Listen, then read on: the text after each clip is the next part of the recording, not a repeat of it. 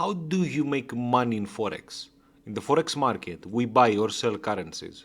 We can do it from any place as long as we have internet connection and account with a broker. Placing a trade in the foreign exchange market is relatively simple. The mechanics of a trade are very similar to those found in any other financial markets. Either you trade stocks, crypto, commodities, and so on. So if you have any experience in trading, you should be able to pick it up pretty quickly. If you are new to the idea, I can guarantee you will catch it up pretty fast. Even though placing an order is very simple, this doesn't mean trading is easy. The objective of Forex is to exchange one currency for another, a speculation that the price will change in your favor. When you buy, you speculate that the one currency will increase in value compared to the one you sold. Remember, we are talking about binary options. The increase in value of the one currency means decrease in the second one. Let's see an example. We will take the most popular. The pair is Euro USD. So if we buy Euro, it means we automatically sell USD. Let's buy 1000 euros. The exchange rate for this pair when we execute the trade was 1.010. The exchange rate now is how many units of A currency you need to buy the B currency. In simple words, that ratio is the exchange rate. In this example, in order to buy 1 euro, you will need 1.010 USD. So you purchased 1000 euro at the exchange rate of 1.010. Several weeks later, you exchange back your euros and you take USD. However, now the exchange rate has changed. Now the rate is 1.020. And let's make the calculations. You spent 1010 USD when the exchange rate was 1.010. But now that you gave back your euro and the exchange rate is 1.020, you have 1000. So you manage to profit 10 USD simply by speculating and pushing a button. Of course, this is a simplified example, as in FX we are using leverage, but leave this information for the moment. But how do you read the Forex pairs? How do you know which currency you are buying and which you are selling? There is the base and the quote currency. Whenever you have an open position in Forex trading, you are exchanging one currency for another. Currencies are quoted in relation to other currencies. In the example we mentioned, the base currency is the euro and the quoted currency is the USD. The first listed currency to the left is the base currency.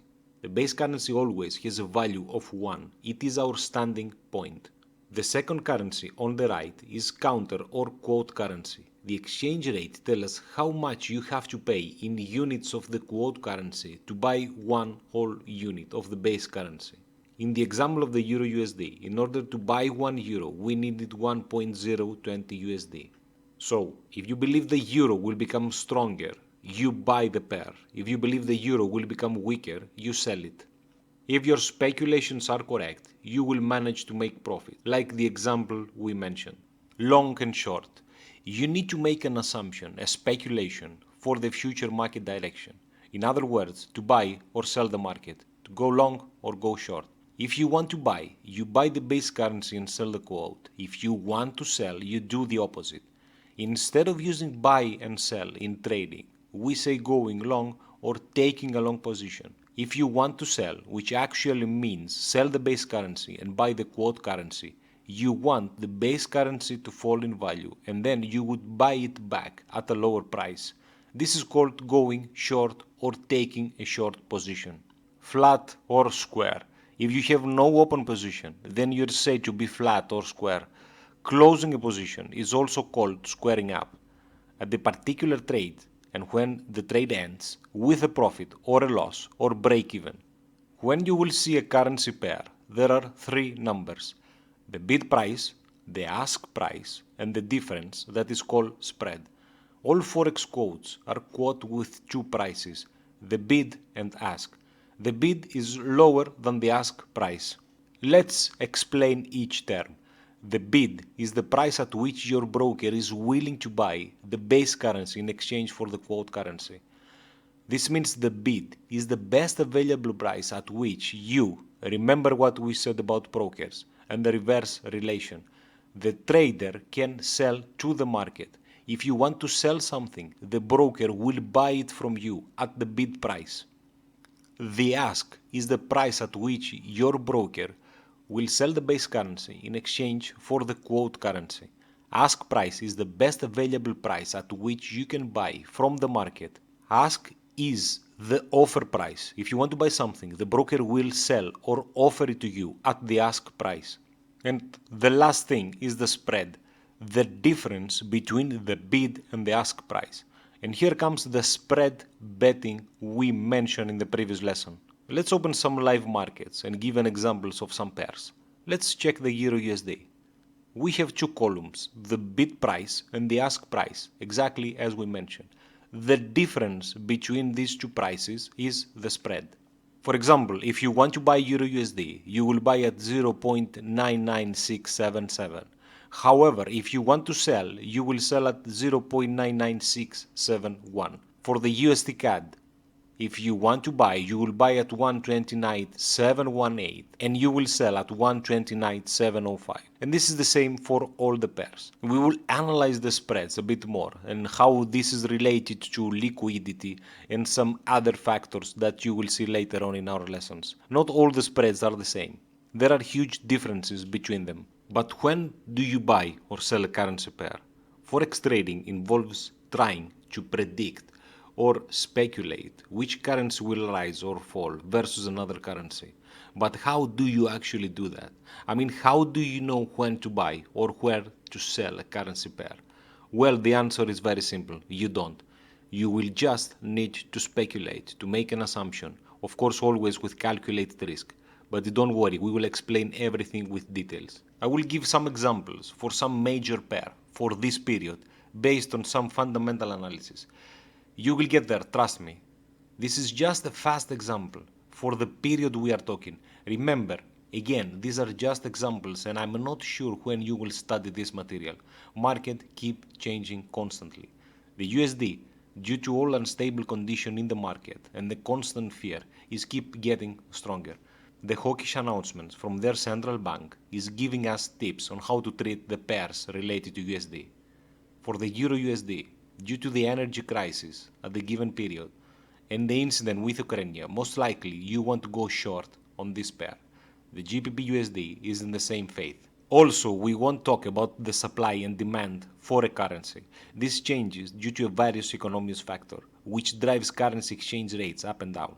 However, we will mention this subject in the future, so stay tight. I will give another example for the USD GPY. The pair, due to the strength of the US dollar and due to the dovish announcements of the bank on Japan, will always keep strengthened versus the USD dollar. So in this case, on the USD JPY pair, most likely you would like to go long for the period. Again, these are just examples and in no case there is no part of any financial advice. Margin trading. Of course, it is impossible to buy 10,000 euros or 100,000 euros, but actually in trading, and especially trading FX, you can. You are entering a matrix world by using leverage. When you trade with leverage, you won't need to pay 10,000 euros upfront. Instead, you put down a small deposit known as margin. Leverage is the ratio of the transaction size or position size to the actual cash, trading capital, used for margin. For example, a 50-to-1 leverage, also known as 2% margin requirement, means 2,000 of margin is required to open a position size worth of 100,000. The leverage is 50-to-1, so 2,000 multiplied by 50 gives you the purchase power of 100,000. Don't get excited with the idea, there is always a catch, and we will come to this later. Margin trading allows you to open large position size using only a fraction of the capital you would normally need. This is how you are able to open a 1,250 or a 50,000 position with an amount of 25 USD or 1,000 USD. Remember, there are brokers that give very high leverage out there. You can conduct a relatively large transaction with a small amount of initial capital. However, as I said, there is a catch. We will be discussing margin in more details later, but I will give you a small example to understand the idea. You have an account of 2,000, as we mentioned, and you are using a leverage, a 50-to-1 ratio, let's say. So practically, with 2,000, you can buy 100,000. You believe that the market will go up, and indeed the market moves up. You are getting a move of 0.5%. However, these earnings do not apply in your initial account of 2000 as you have used leverage. So in this case, you have earned 5000 USD. Remember what we said, that you are entering a matrix world. So if you die in this world, you die also in reality. If the currency was dropping by 0.5%, you would have lost your entire account. Leverage is a double-edged sword, but we will give a separate analysis regarding that. No doubt, the idea of high leverage can be excited. Imagine using a 1 USD account with 1000 leverage. You would have earned 50 USD from just 1 USD. You would have multiplied your initial investment by 50 times. I know. Welcome to Forex world.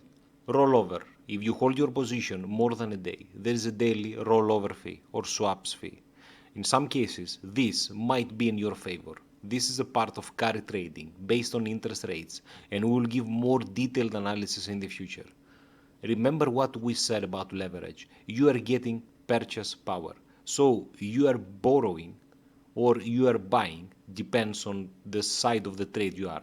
Depends if you are going long or going short. 100,000 of the relevant currency. So there is an interest rates from both currency. As we said, this might be in your favor or against you. Depends the pair you are trading and the different rates between these two currencies. Here is a table with some examples. Of course, the fees are not the same from broker to broker. As you can see, I have opened some major pairs, some Euro USD, GBP USD, USD CAD, and USD JPY. So as you can see, based on the broker, there is a different fee. We won't examine that with more details because, as we said, we will analyze carry trading in the future and how interest rates affect your trading and your long-term positions. So what is a pip in Forex? Let's continue learning some basic definition. You've probably heard of the term pip, pips, points, pipettes, lots. We will explain what are they, and I will show you their values and how they are being calculated. There are several free applications to calculate your pips, your lot size, your account size, your trade size, and all the values, but don't worry, we will come into this. So pip is the unit of measurement to express the change in value between two currencies. I will use as an example the Euro USD.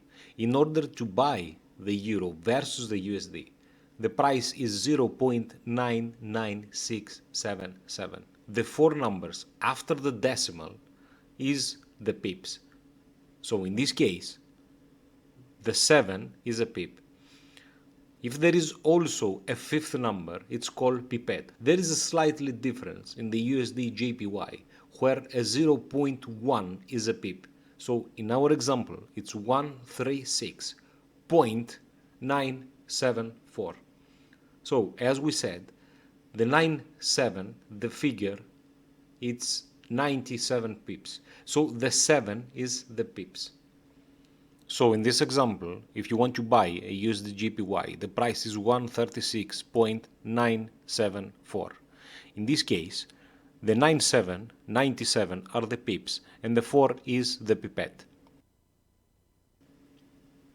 You understand that in Forex trading, there is no sense measuring your progress in money or in any currency. That's why we are using pips, because it depends on how many USD or how many of your currency you are risking per pips. So for example, if you say that you earn in a trade 100 USD, it's meaningless because we need to check how many pips your strategy can make. Let's give an example. I will use the Luni, the USD CAD. Let's say that you want to buy 1 USD with Canadian dollars. Based on the exchange rate, and remember what we said about the base currency and the quoted currency. So the base currency is the USD. So in order to buy 1 USD, you will need 1.29718 Canadian dollars. Remember that the 8 is the pipette. In this example, I will not include the pipette. I will give just the 4 decimals. So I will say that it's 1.2971. So if we continue our calculation for this pair, for the USD CAD, 1 pip or 1 unit of USD CAD will equal with 0.000077 USD. I know this is a very tiny amount. However, remember what we've said, that in Forex we are always using leverage. This was just an example, and you don't have to make your own calculations. There are several sites that you can calculate the size of your pip and the currency and of course the trade size in order to calculate how much it will cost you per pip, and of course depending also the currency that you are trading. But don't worry, we will come back into this one later.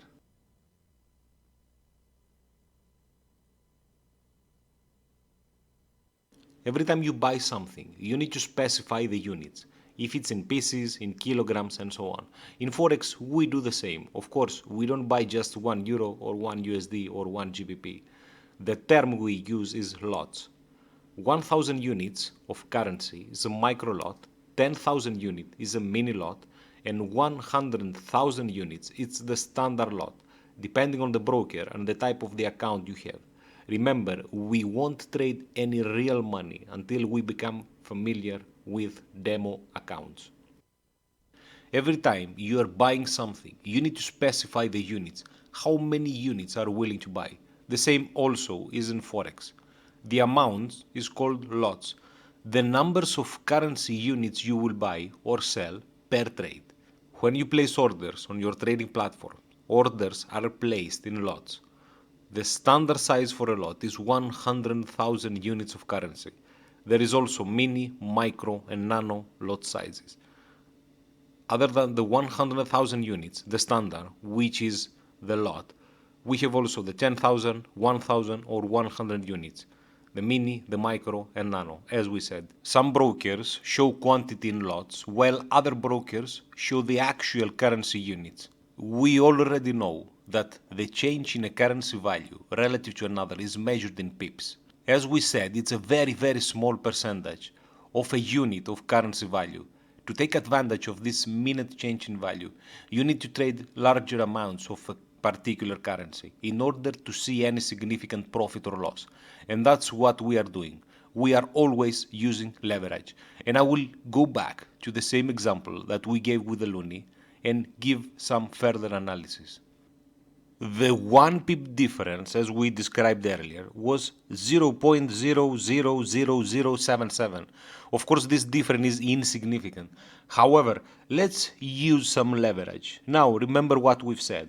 We will do the same, however, we will multiply our position by 100,000 times. I know it sounds very big, but see now how this can make a huge difference in your trading.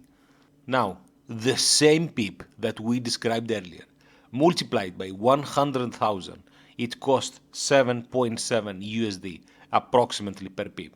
Now you see that our fellow trader, even though manages to do 20 or 30 pips, he managed to profit 200 USD out of this small and insignificant move. And this is how a combination of lot size and trading works, especially when you are using leverage. You're probably wondering how on earth you can purchase 100,000 USD. Well, think of your broker as a bank who basically gives you 100,000 to buy currencies. Well, of course, you cannot go and buy a house.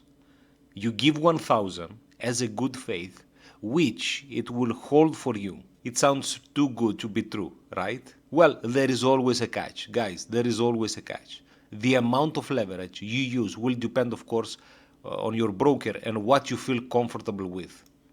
The broker will require a deposit, also known as margin. Once you have deposited your money, you will then be able to trade.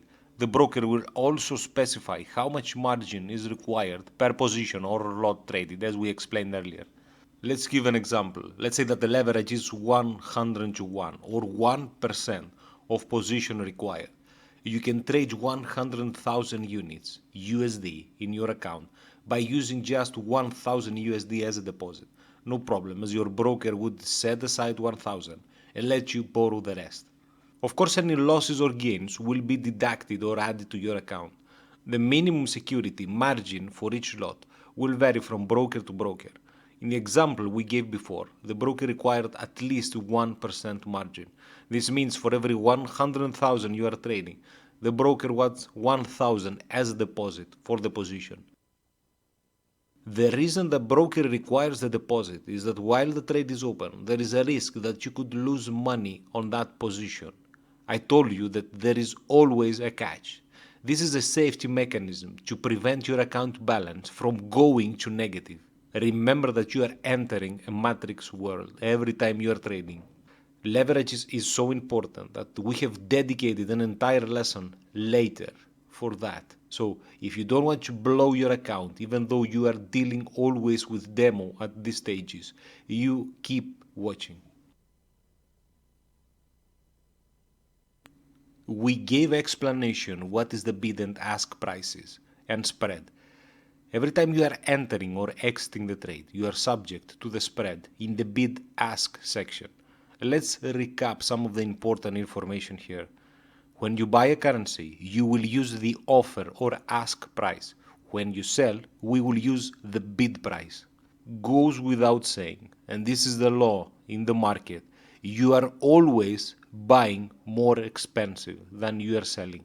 But what is spread? Brokers will quote you two different prices for a currency pair, the bid and the ask price. The difference between these two prices is also known as the spread, or the bid-ask spread.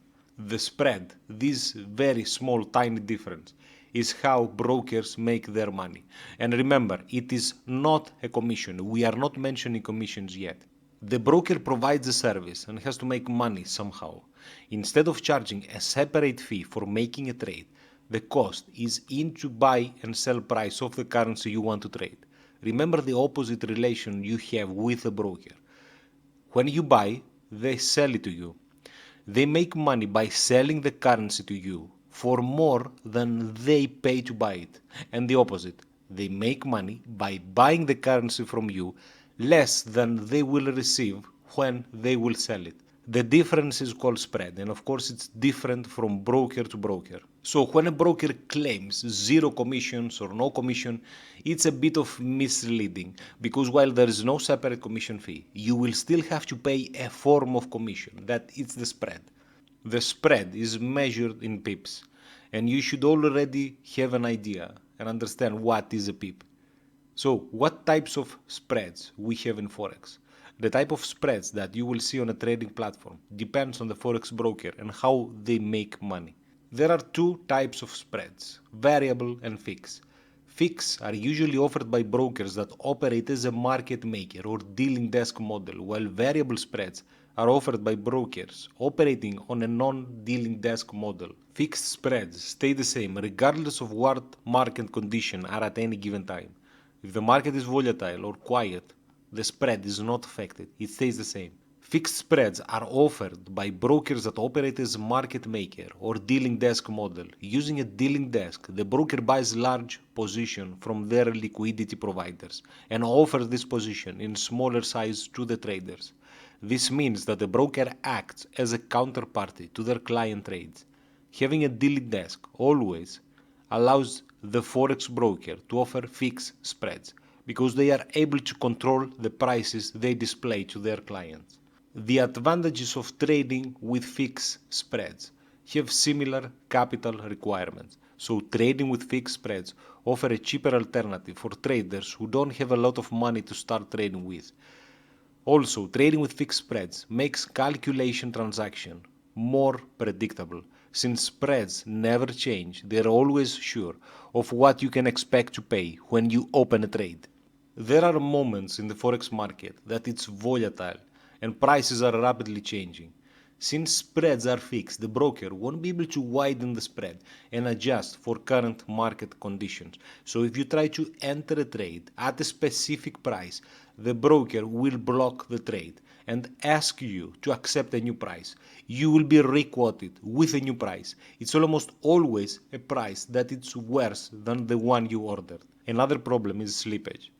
When prices are moving fast, the broker is unable to consistently maintain a fixed spread, and the price that you finally end up entering a trade will be completely different than the intended entry price. It's something like fantasy versus reality. Let's check the variable spreads. The variable spreads are always changing. The difference between the bid and ask price of a currency is constantly changing. Variable spreads are offered by non-dealing desk brokers. Non-dealing desk brokers get their pricing of currency pairs from multiple liquidity providers and pass on these prices to the trader without the intervention of a dealing desk. This means they have no control over the spreads, and spreads will widen or tighten based on the market conditions. Variable spreads eliminate experiencing requotes. This is because the variation in the spread factor changes based on the market condition. Slippage is still there, but at least in some extreme market conditions, and we hope we won't trade during these periods. With variable spreads also provides there is more transparent pricing, because there are multiple liquidity providers, and usually this means better pricing due to competition. The disadvantages of trading with variable spreads is that they are not ideal for scalpers. The widened spreads can eliminate any profits trying to scalping the market. We will explain scalping in the future, so don't worry about that. Variable spreads are also bad for people that trading the news. Fixed versus variable spread. Which is better? The question of which is better between fixed and variable depends on the needs of the trader. Well, this depends also from your trading style, and this will take a lot of time to emerge. If you want to trade the market in smaller time frames, depends on the condition of the market, if you want to trade the news, and many other details. I can guarantee that this will come in time after you identify your trading style, but we will get into this also, so stay here, fellows. Now, since you know how to calculate pips and your lot size, your trading size, you can easily calculate the spread cost. Take it as exercise and study by making some calculation, at least for some major pairs by calculating the spread. Based on what we said so far, for sure you have understand the basic. What's a base currency, what's a quote currency, what is a pip, pipette, the ask price, the bid price, the difference between them, what is a margin, what are cross currencies, what are exotic currencies, what is leverage, and so on. We will get into some basics, the type of orders and how you are able to execute orders in the market. When we are trading in any type of market, we are entering or exiting the market by using orders. There are two types of orders. The market order, that it's an instantly executed order against the price that your broker has provided and it's been executed directly in the market. And the pending order, an order to be executed at a later price or at a later time in the future that you specify. Like in every market, you can buy or sell. These are the major principles in any market, and based on supply and demand, the market is moving. Other than buy and sell that are executed instant in the market, we have also some pending orders. Buy limit, buy stop, sell limit, and sell stop. We will give explanation for each and one of these. A simple buy or sell order is being executed directly in the market at the best available price provided from your broker. However, you cannot wait with your hand on your keyboard to execute the orders, especially in Forex that the market is 24/7 open. We use limit orders. A limit order is an order placed to either buy below the market or sell above the market at a certain price. This is an order to buy or sell once the market reaches the limit price. You place buy limit order to buy at or below a specific price.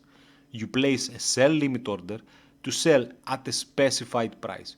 Of course, no one can guarantee that the prices and your orders will be triggered. If you are watching us and see our Bitcoin series, you will see that we were expecting for 7 months to enter our trades. Once the market reaches the limit price, the order is triggered and executed in the limit price. So instead of waiting in front of your monitor 24/7, you just put some pending orders. The orders might never trigger, as we said, or you never know when they will trigger. It might sound strange, but in this matrix world it is standard. Instead of buy when the market drops, we might choose to sell as we expect that this is a key point, a key level, prices that the market will go lower. This is the reason that we are using some stop entry order. A stop order is an order from executing until the price reaches a stop price. You would use a stop order when you want to buy only after a price rises to the stop price or sell only after the price falls to the stop price. You place a buy stop order to buy at a price above the market, and you place a sell stop order when you want to buy below the market. Well, I know it sounds a bit strange. I mean, why not to buy now? I mean, why to choose to buy higher and not buy now that the prices are lower and probably you will make more profits? Well, the explanation is very simple. You are expecting a breakout in the prices, so you choose to buy higher. You choose to enter the market at higher prices.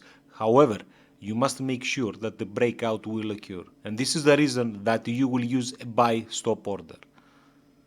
And of course, the opposite if you want to use a sell stop order. The most important order is the stop loss order. As a trader, the first thing you need to specify is a certain amount that you are willing to risk your account. Of course, this is part of risk management that we will dive much later.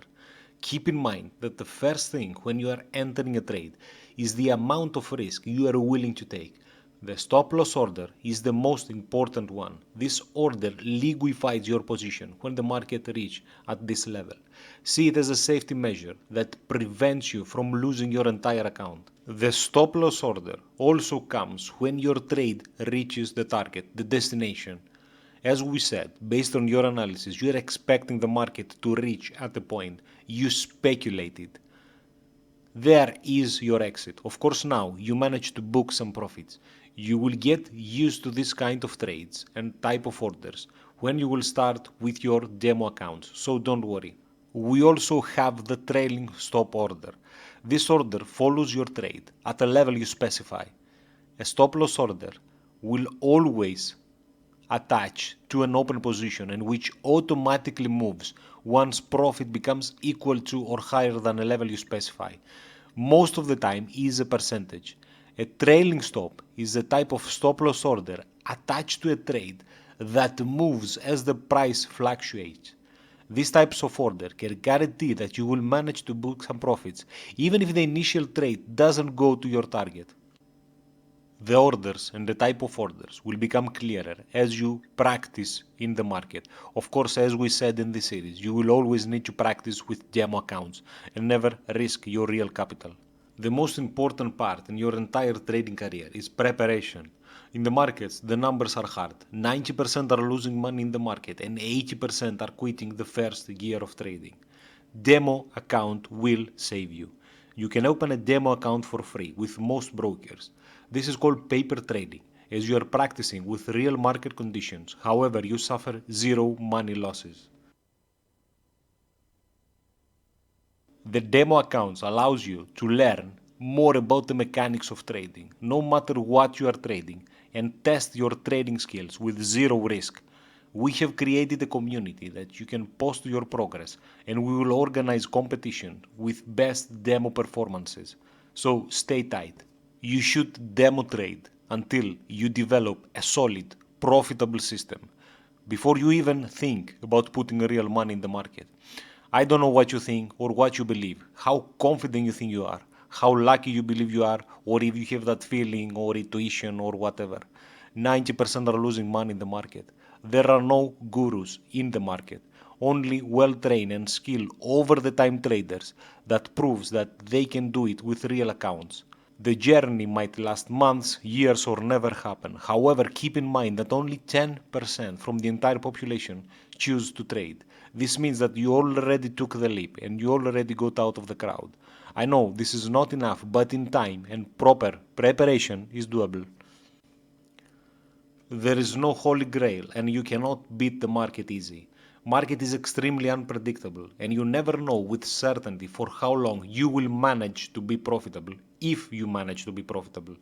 Do not risk any real money in the market. There are 180 currencies, without mentioning the cryptocurrencies. In the beginning, stick to one major pair. In time, and while you are widening your understanding, you will expand to more markets. Can you get rich by trading Forex? The question I hear more often. For sure, all these millionaires that claim that can beat the market are not real. Before we go any further, I will be 100 honest with you and tell you that most traders lose money in the market. All Forex traders, and I do mean all Forex traders, lose money on some trades. Cluster of bad trades are a fact. 90% of traders lose money in the market. Lack of planning, training, discipline, not having a trading plan, poor money management rules, and we will mention all of these details in our series. Trading Forex is not the easy passive income you imagine. It can become very profitable and rewarding, but this needs preparation, time, and effort. The competition is huge. Do not expect to start an account with a few $100s and expect to become millionaires. The journey to find even a slightly profitable technique will take time. The Forex market is one of the most popular markets for speculation due to its size, liquidity, and the tendency for currencies to move in strong trends. The problem is that many traders come with the misguided hope of making millions, but in reality they lack discipline, expecting the market to come in your favor and execute your trade despite everyone's opinion. Most people usually lack the discipline to stick to a diet or go to the gym. If you go to the gym the first day, you stand in front of the mirror, but you won't see any difference.